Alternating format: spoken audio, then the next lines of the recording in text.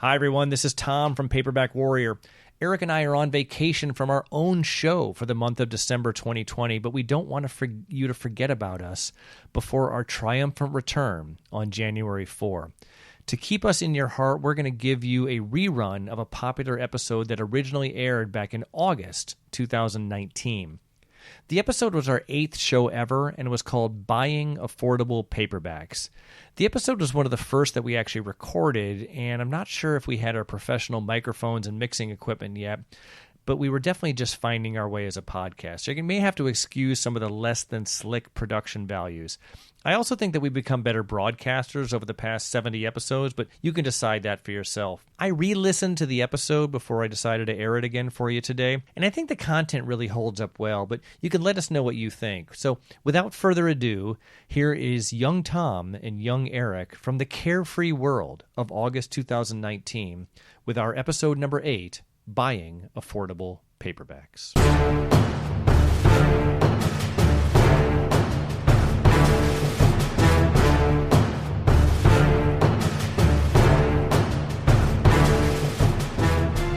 Welcome to the Paperback Warrior podcast. Once again, this is your co-host Eric. Thanks for tuning in and for another exciting episode here. We've got a lot of great things planned for today. Remember to check out our site online. I want to make sure we plug that, paperbackwarrior.com. And the reason why is because we've been on there for about 4 years, so you're going to have a lot of archived reviews to check out. Remember, on the right-hand side, there's going to be tags, and those tags will show you a lot of different things, authors, genres, really kind of specific things like post-apocalyptic or crime noir. You can even look at series like Executioner or Equal Force, those kind of things. So really delve into the website. There's a lot of great content there. We've worked really hard over the years to get a lot of great reviews and authors on there. So be sure to check that out. Also, new reviews every single weekday. Monday mornings, new shows here for the podcast. And then every afternoon, typically you'll see an archived review, all on our social media. So Facebook, Twitter, Instagram. And last episode, Tom teased us a little bit. He said he was going to the great state of Texas to visit some bookstores in San Antonio. Did you go? I did. So I went to San Antonio, Texas, and I went to my 2 favorite bookstores there. One is called 9 Lives Books, and the other is called The Book Rack. So at 9 Lives Books, went in there. I was not bowled over impressed with the stuff on the shelves, but then I found this spinner rack kind of in a back room that had a lot of vintage paperbacks. And I bought 3 really weird, I thought two great paperbacks. One is called The Merriweather File by Lionel White. Lionel White was a popular author in the 1950s, maybe even into the 60s, and he wrote heist books, very much like Richard Stark's Parker books, but with not a continuing character. He was sort of like John Dixon Carr writes locked room mysteries, Lionel White writes heist books. And so The Merriweather File, don't know much about it. I know it has been reprinted by Starkhouse, but I haven't read that, so now I have a paperback of the original. I also got a paperback by a guy named William McGivern that I've covered a lot, which I think was written in the 50s or 60s, called A Choice of Assassins. I was pleased to find that. Then I found this weird paperback, Eric, and you and I puzzled over what this was. It was called God's Renegade by Johnny North. And on the cover it has like a guy, like a beer belly looking guy with a biker vest on and a motorcycle, and then the rebel flag in the background. It was published by Zebra Books, and I did a little homework online and asked some people what they knew about it. And I guess there was a window of time where Zebra Books was doing autobiographies of prisoners in jail who I've essentially probably just told their stories to some ghostwriter who wrote the books in first person from these inmates. And so I guess the Johnny North book, God's Renegade, is one of those. It has a very alluring, cheesy cover that makes it look like a men's adventure. It may actually be some kind of Christian allegory about Johnny North finding Jesus in prison. I will never read this book, but it's just interesting enough to have on my shelves that I'm going to do that. Then I went to the Book Rack in San Antonio, which is actually technically not in San Antonio. It's in a suburb. I think it might be called Universal City or something along those lines, just northeast of the city. And I found 3 great books there. One is Cockfighter by Charles Willeford, which I haven't read yet, but I'm going to. And we have some Charles Willeford content coming up. I should do a whole episode about that guy. He had a fascinating life. and then a book called Red Heroin by Jerry Pournelle, who's a famous science fiction writer. Then this was his first book, which was a spy adventure story, which I read, and it'll be reviewed on paperbackwarrior.com soon enough. And then I got a book that I had my eye on for a while at a local bookstore here, but never picked it up, called Whore Mother by Sean Heron. It's a IRA book, and I figured if I don't read it, it might just be a suitable Mother's Day gift. So that was my San Antonio trip, and that's that. Wow, that sounds like a lot of fun. How were the prices there? The prices were good. I think I probably spent an average about $2 a book at the book rack. I feel like the 9 Lives one was maybe a little more expensive because this was in the special vintage rack as opposed to just mixed in with the genres. I would say $3 to $5 a book. I don't think I spent more than $2 on that God's Revenge book or God's Renegade book, and I probably overpaid if I did spend $2. There were a lot of IRA kind of books in the 80s, and I want to say, do you think a lot of that fiction got kicked off with Tom Clancy's Patriot games? I think Jack Higgins was writing IRA books. I think most of the British authors who were kind of dealing with the issues with the IRA, probably in the 70s and 80s, would gravitate to IRA as a story. I think in general, if you're a men's adventure novelist, you need to come up with a villain that's and oftentimes ripping stuff from the headlines is going to move sales. And so, the World War II, at some point it became kind of lame to go looking for the Nazi gold again and again and again, because at some point the Nazis were all just burned out old men living in Argentina. But the IRA for these British authors was sort of a fresh and hip thing to write about, and everybody was probably very scared that a school bus was going to blow up and attribute it to the IRA. And you saw the same thing in Hollywood movies as well. Right. Yeah. It's been a while since I've read anything that had sort of an IRA type of theme to it, but I just haven't heard that in a long time. So it's interesting that you mentioned it. Yeah. So we should probably talk about what we're going to be doing this episode. I'm going to be doing a feature on some tips and tricks to acquire vintage paperbacks. And this will tie into another feature I'm going to be doing next episode that I'll talk about later. And we have 2 reviews scheduled. One is Eric is going to be reviewing a Johnny Fletcher novel called Swing Low, Swing Dead by Frank Gruber. And I'm going to be reviewing a book by Lou Cameron called Code 7. Should we launch right into my feature? Or you got anything else? Yeah, tell us all about it. Go for it. Okay, so I want to get away from sort of discussing a author or label right now and sort of discuss strategies. We hear from a lot of people that seem to be thoroughly jealous of the embarrassment of riches we have in northern Florida when it comes to used bookstores and our ability to get books at reasonable prices here. But I want to posit that it's entirely possible to do this in other places of America and perhaps even the world if you employ some of these tricks. If you're a reader and not some obsessive, this should not be a particularly expensive hobby. Everyone who's ever tried to sell their paperbacks is always shocked at how little their books are truly worth and the utter lack of demand for the books that we all love if you try to sell your books. And this makes no economic sense because when you're looking for a specific book that you want to buy online, it always seems to cost you a small fortune. It's this weird economic anomaly. And I'm here to say that the buying individual used books from sellers online can, in fact, be expensive, but I think there's a better way. So I want to talk a little bit about that. Let's start with online resources. I'm aware of 3 really good resources online for paperback buying. First is Amazon. I'm not going to talk about that too much. Amazon does sell used books. Amazon is just serving basically as a marketplace for used book dealers and used bookstores, and that could be a rather expensive option. There's a company called Abe Books, that's ABE, that does a very nice job selling books, and I often find if I'm looking for a very specific title and a very specific author, I've had better luck on Abe Books than I have on Amazon or eBay as far as the prices, and I've never been ripped off in a deal. But I want to talk about eBay because I think eBay can be an embarrassment of riches if you set it up right. Talking about some eBay strategies, the setting up alerts. eBay allows you to set up an alert so you can either hit your alerts and see what's there today, or have alerts actually text you or email you. The alerts could be, I like to use general phrases like men's adventure paperbacks or pulp paperback lots.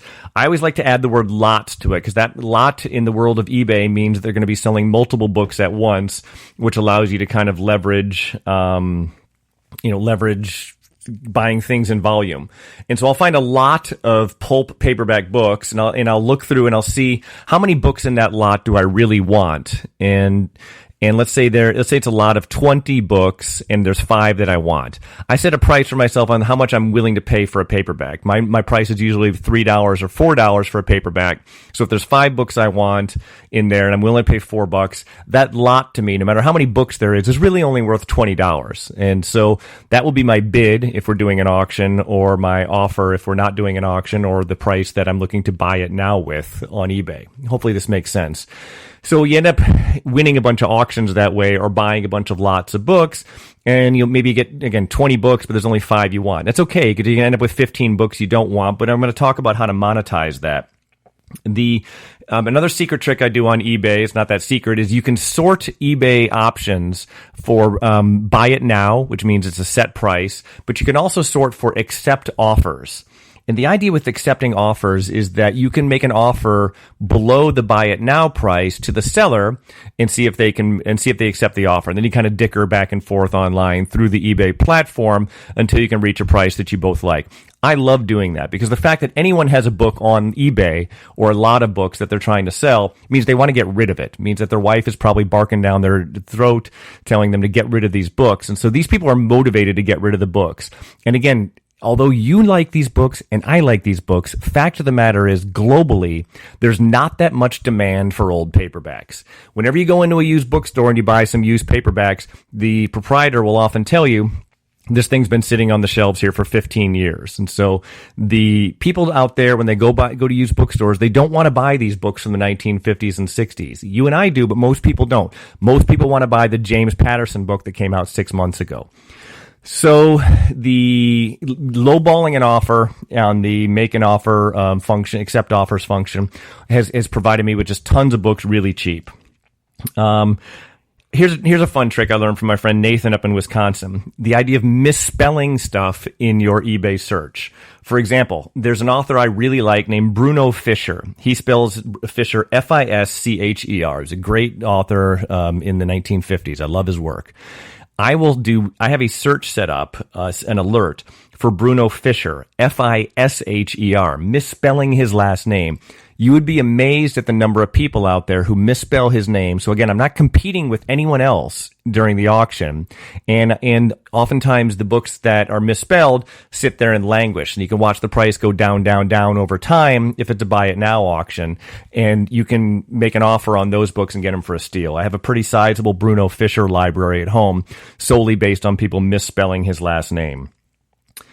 So I think that's everything I wanted to say about eBay. I want to touch upon non-traditional sources of books really quickly.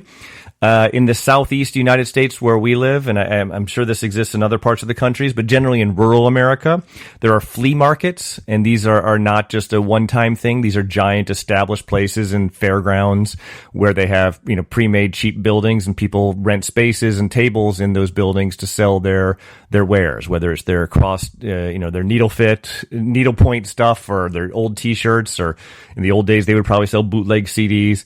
Inevitably, at the flea markets, we find there are usually used booksellers who have just piles of used books there, and those are great ways to get books cheap, and those people are always willing to bargain and dicker.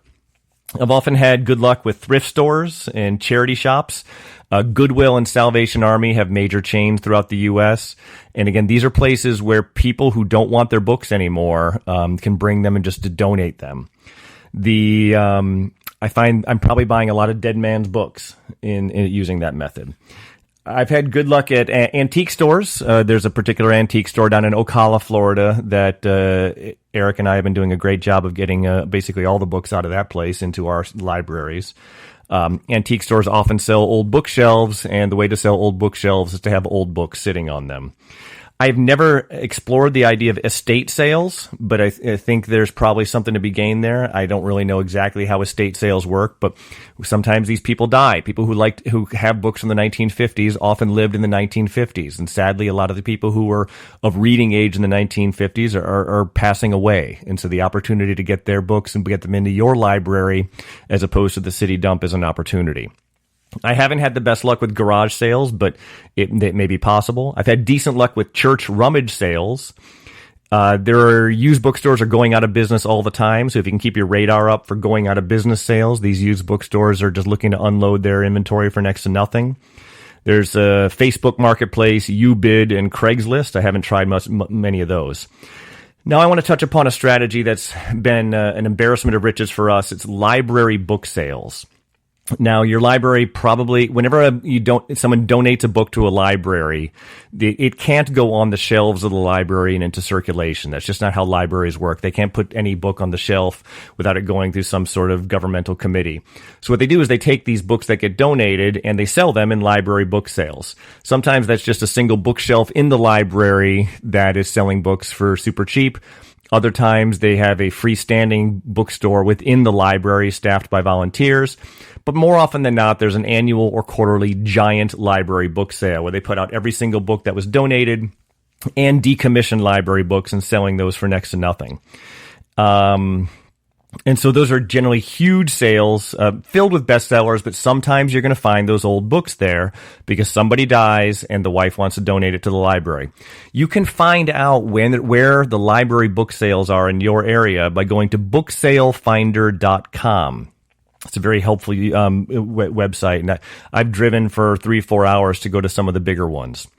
So the other great thing to think about with the library book sales is the idea of and the last day of the book sale, and sometimes the first day, they have a bag sale where you're going to pay $5 or $6 for an entire brown paper grocery bag full of books.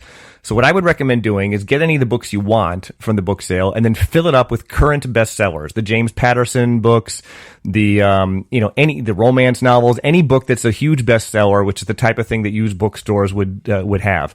You're not going to read these books, and you're not going to keep these books in your possession for very long. But what you're going to do, though, is you're going to use those books as currency at your local used bookstores. And so let's shift over to used bookstores. Let me address that. So you find a used bookstore, you find out what their credit policy is. Some used book, you bring them your bag of books that you got, not the decommissioned library books, but the nice, clean looking, good condition, James Patterson recent bestsellers. You bring and you paid probably a dime a book for these things once it's all worked out. You bring them into the used bookstore, they're going to give you some factor of the cover price in credit at that bookstore. And so some used bookstores give you dollar for dollar credit. If you have $100 worth of credit at that used bookstore, you can walk out the door with $100 worth of books. More used bookstores, though, will give you 50 cents on the dollar credit.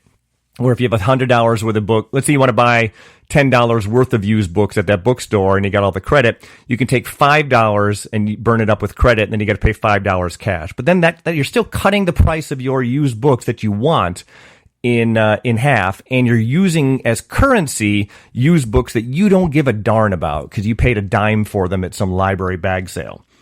Now, used bookstores are going out of business all the time, so if you happen to find a used bookstore online, you want to always call first to make sure that they actually still exist. I have shown up to plenty of empty, abandoned buildings, expecting to find a used bookstore there that has been gone for a few months.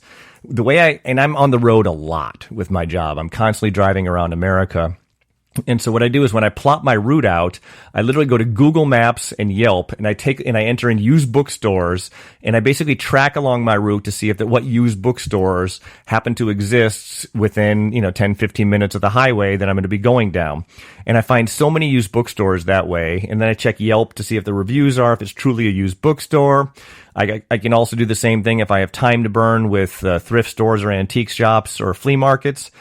Then I go in there and I always keep this bag of books or this box of old books in the trunk of my car that I use as currency at these used bookstores to get the books I want for cheap.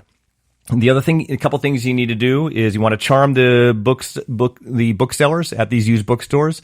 Give them your name and number. Tell them you're looking for vintage paperbacks, and if they should get somebody who trades in a bunch of them to give you a call, and you'd be happy to drive a couple hours to see them.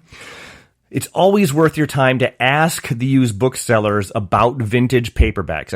I look for 1950s and 1960s mystery and action adventure spy type paperbacks. And I said, do you have any of those here that are, one, segregated from the rest of the books, and or two, stored away somewhere at either in a back room, in a storage facility, in the garage of their house that you can make an appointment to go see. Again, these used booksellers don't like and aren't generally interested in selling books that cost 35 cents 50 years ago. They're going to make more money selling the James Patterson books. And shelf space is at a premium for these guys. And so oftentimes they will have boxes of vintage paperbacks that are sitting in the back room in a box, hoping that someone like you is going to come along, and they will go and get that box for you and then sell you those books. There's a bookstore somewhere in Florida, I'm not going to say where it is, that I've been speaking to the owner, and I got to take a road trip out there. It's not terribly close to here, but that guy says he's sitting on dozens and dozens of boxes of vintage paperbacks that he just hasn't had time to shelve that he got super cheap, that he's interested in having me go through to make him an offer. So I'm excited to do that. I want to talk about so that's basically my used bookstore strategy, but make sure you communicate with the bookseller to find out if they have vintage paperbacks handy. I got a couple other strategies in mind for getting used books, but do you want to weigh in on anything? Yeah. So listeners might want to ask, we're the paperback warrior. Why do you collect paperbacks? Why don't you collect hardback books? I collect paperbacks because it's a good question. I'm always kind of running around, and so paperbacks are just easier to store. We'll talk about Kindle and ebooks on a different episode, but I do like the covers. I make fun of people who worship the covers, but I actually like the covers on them. I think they're alluring. It's also a cheaper investment. Old hardcovers, especially ones from the 1950s, fall into the general category of antiquarian books, and they're truly more collectible and have a higher value than the paperbacks. And so for me, this is a cheap hobby where for $2, I can be entertained for a week while I'm reading a book. So I don't really mess with hardcovers, and we're going to talk a little bit about the benefits of having lots and lots of paperback books next episode. But that's why I don't really bother with I'm not saying I don't have hardcovers, especially if I see something cheap from an author I like a Lawrence Block or a Donald Westlake at a library book sale, and it's going to cost me a dime or so. I'll pick it up, but I'm just not really a hardcover guy, and trade paperbacks don't generally fit my shelving system that well, so I try to avoid those, but everything seems to be moving in that direction. I want to talk to you about another idea to accumulate a lot of books really quickly, and it's a trade box.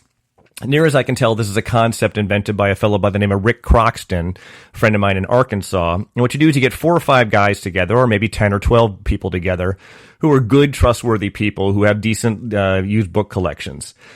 If you don't know people who are like that, join a Facebook group. There's plenty out there for vintage paperbacks. And you start a trade box. And the idea is you start the trade box because you end up getting the best deal then.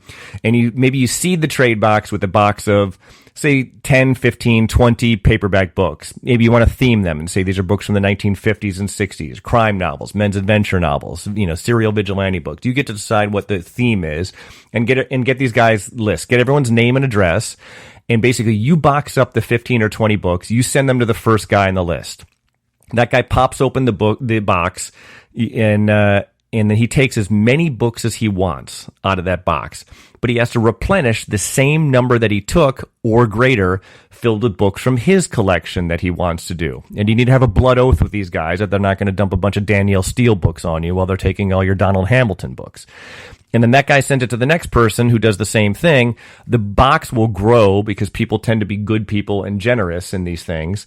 And then eventually it comes back to you at the end, and you started with 10 or 15 books, and now the box is coming back to you with 20 or 30 books, hopefully some of which are going to be books that you like and you want to have in your collection.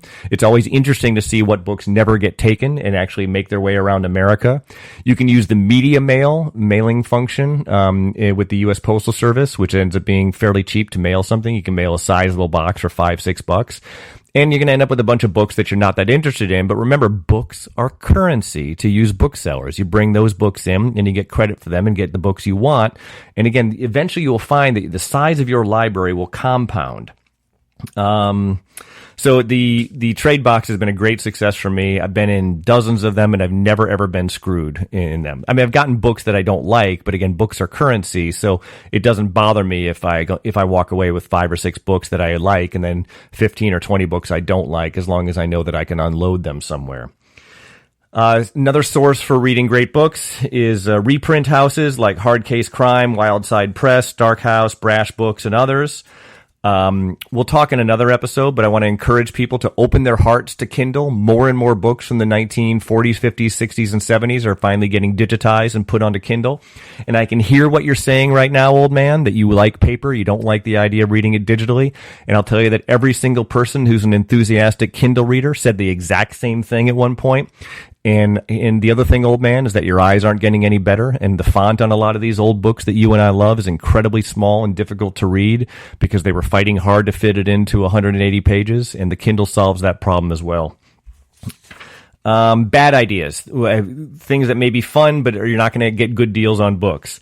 I would say conventions, pulp conventions, big shows, giant paperback shows. Those are a lot of fun. They're great for browsing. They're great for networking. Sometimes you can meet some people that you met online from different forums. You can go to the panels. You can look at the art.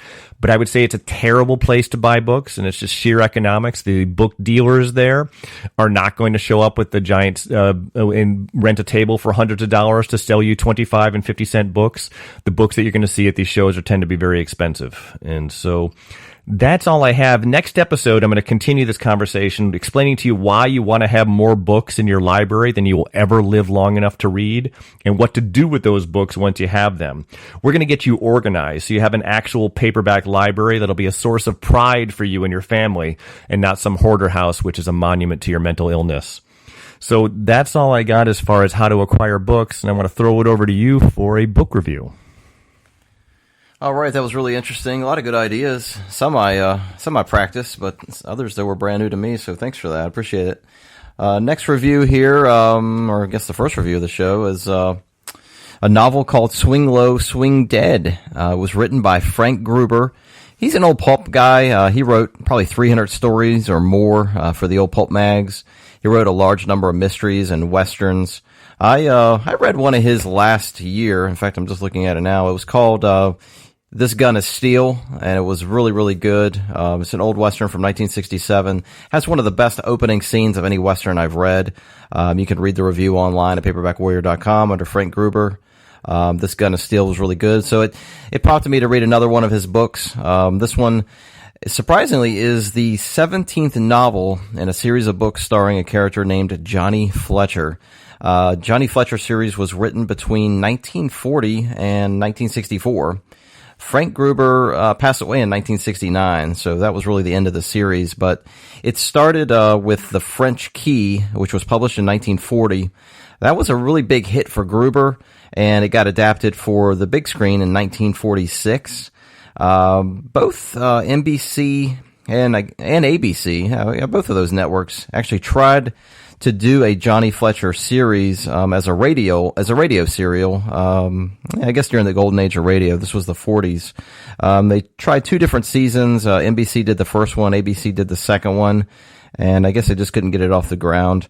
But in 1964, from what I can gather, Frank Gruber apparently signed a paperback deal with Belmont Tower, which is sort of a low-end publisher. Their books are everywhere in the used bookstores. They dabbled in a lot of different things. So I pride myself on owning a lot of Belmont books because they did have some great novels, but they had some really bad ones too. But Gruber, he apparently signs a deal with them to where Belmont can go back and reprint a number of the series titles. But they misrepresented the series because they make it look as if Johnny Fletcher is this gun-toting detective or spy. It's got sort of this espionage or thriller kind of painting, and he's holding this automatic weapon, and it's just silly because Johnny Fletcher isn't a private eye. It's not a gun-toting series. It's more like Johnny Fletcher is just he's sort of just a con man. He's just a con man, and he bumbles his way into different mysteries and ultimately solves a crime. But Belmont, they're comedic mysteries, aren't they? Aren't they kind of funny? Isn't that sort of the thing? Aren't they sort of ridiculous and over the top? Is in his bumbling? I've never read them, but I've heard that. Yeah, they're humorous. They've got a lot of funny scenes, funny characters, and it's not really taken too seriously, but it's a lot of fun to read. But the way that the Gruber structured this was his deal with Belmont allowed them to reprint a lot of the series, obviously for marketing scheme to reprint it to look like it's an action book. But interesting, it was 2 additional books that he signed on for. The first was The Corpse Moved Upstairs, and this book, which is The Swing Low, Swing Dead, and both of them are from 1964, just before he passed away. So they squeezed in 2 new novels after the first run of the books. But the novels star Fletcher and his sidekick Sam Cragg. They're in every book. And most of the novels are also going to include the duo's landlord, a craggy old guy named Mr. Peabody, who manages the 45th Street Hotel in New York, where Johnny and Craig live. They're basically destitute. They're always poor. They're always into some kind of financial scheme to raise money. And one of the ways that they do that is they pawn off this book on every street corner called Every Man is a Samson. And Craig is the strong man. So he'll take his shirt off and he'll bend or break a plastic chain, and then they'll sell the book and promise everyone that they'll look like Cragg after a couple weeks of very moderate exercise. So that's how they make a living. The book starts out with them basically trying to raise money by playing craps in an upstairs hotel room. And there's a singer there named Willie Waller. He's had a little bit of a success with radio, and he's there, and everyone's out of money. So Waller bets a song manuscript to Craig, which ultimately he loses. And he says to Craig that the song is actually worth hundreds of thousands of dollars, which seems fantastical, but apparently Craig is extremely excited about this. Well, the mystery is that Craig finds that Waller has been killed in his hotel room. He's been found dead, and now Craig has this song manuscript, and he thinks that he's going to be a suspect in the crime. Johnny Fletcher's involved to try to help him out. Well, to complicate things further, this song that he possesses ends up becoming a radio hit by a musician named Al Donnelly. So as they get further into this, they think that the producer that's helping Al Donnelly actually stole the song from Waller, changed a few minor notes or lyrics, and then passed it off as an original. Well, now Craig wants his hundreds of thousands of dollars worth of song that he owns the rights to, but he wants to chase Al Donnelly and his producer to try to figure out if Waller was an original songwriter of this hit song, or if Donnelly and his producer actually have the rights to the song. Anyway, it involves a little bit of crime, a lot of mystery, and a whole lot of fun. It's funny. The characters are funny. Mr. Peabody's interaction with the two is classic. And if you want, you can go. I'm going to look it up here. It's I got it written down. It's oldtimeradiodownloads.com. Again, oldtimeradiodownloads.com. You can go on there and you can listen to at least one episode of the original Johnny Fletcher mystery show from the mid-40s. And you can get these old Belmont Tower paperbacks for just a couple bucks online. I think they're worth your money. That's all I got for that one. All right, great. Thank you. And tell me the name of the book one more time. People like to hear it again. Swing Low, Swing Dead by Frank Gruber. All right, cool. I'm going to move on to my review. It's Code 7 by Lou Cameron. So Lou Cameron was one of these guys, just one of these journeyman author who wrote tons and tons of books. He lived from 1924 to 2010, and I'd say he's one of the most reliably solid authors in the men's adventure genre. He wrote crime novels, he wrote war novels, he wrote westerns. He actually invented and was the father of the Long Arm Western series, and he wrote many of the first 300 episodes of that thing, and the series went on for over 400, even beyond his death. I've reviewed a couple of his books on the Paperback Warrior site, including File on a Missing Redhead, which is a great, just straight up hard-boiled mystery novel from, I think, the 1950s. Maybe it was 1960. It was a Fawcett Gold Medal book. And his very first book, Angel's Flight, wasn't a real mystery, but it was just a really interesting novel about the Jazz Age. Anyway, I want to review his 1977 police fiction paperback, Code 7. The cover blurb promises that the book has all the crunching excitement of Walking Tall, and the back cover guarantees a nerve-sizzling suspense novel. Now, I'm a huge fan of Lou Cameron's writing. I've never read anything really bad by him, and I was excited to read about crunching excitement and sizzling nerves. And it's a straight-up police story. There's a guy by the name of Sean Costello, who's the new chief of police in a fictional city called Flamingo Beach, Florida, which is a tiny town of about 3 square miles. And he was recently fired from his police job in New Jersey due to budget cuts. He's this honest cop who's like dedicated to keeping his little town safe, even though he has no resources and not much staff. Now, the idea of him calling a book Code 7 is a little weird because in police language, Code 7 is a meal break. It's, I'm going on Code 7 to have some lunch, which is an odd choice for a title. You would think that he would have titled it something a little more dangerous sounding. And Cameron makes it seem as if Code 7 means off duty, which I suppose is close enough, but it's really a lunch break. The relevance of the title was never 100% clear to me. A romance develops with the main character, and with a wealthy widow, and so the storyline involving the romance seemed a little rushed, but the idea is that he's too busy putting out small fires, and he's never truly Code 7 or off duty to devote his time to the romance. And it's a weird book. For the majority of the book, Costello's dealing with normal, everyday headaches, threats, and small mysteries of the job. Drunks, a floater, a mouthy runaway, a stalker case, suicide attempt. It's a book of subplots that never really develops into a main plot. It was a decent police procedural. Cameron either did his homework or he did a good job faking it and seemed to have an understanding on what a cop's life was. But it's almost like he decided to write several different short stories, maybe to submit to mystery magazines about this police officer, and then decided to shuffle them all together into a novel. Some of the stories tie into each other, so others don't. It was a bit of a mess. His writing's always good, but it's just a really odd book to read. For instance, there's no chapter breaks whatsoever. You're reading a 219-page novel that's essentially just one long chapter, which you think wouldn't be irritating, but just bugged the hell out of me. It never failed to hold my attention. Some of the subplots were very interesting. I just think it could have used another run from editors, and here's the deal: Lou Cameron wrote so many books and so many good books, and I want to encourage you to explore them. But I just don't think that Code 7 was one of them. So you can probably safely skip this one. The book is Code 7 by Lou Cameron, and the review is going up on the Paperback Warrior site, I believe, this week. So that's all I got for you there. How are we doing on time? Yeah, we're just about out of time. Look for both of these books that we reviewed today. They're going to be on the website this week.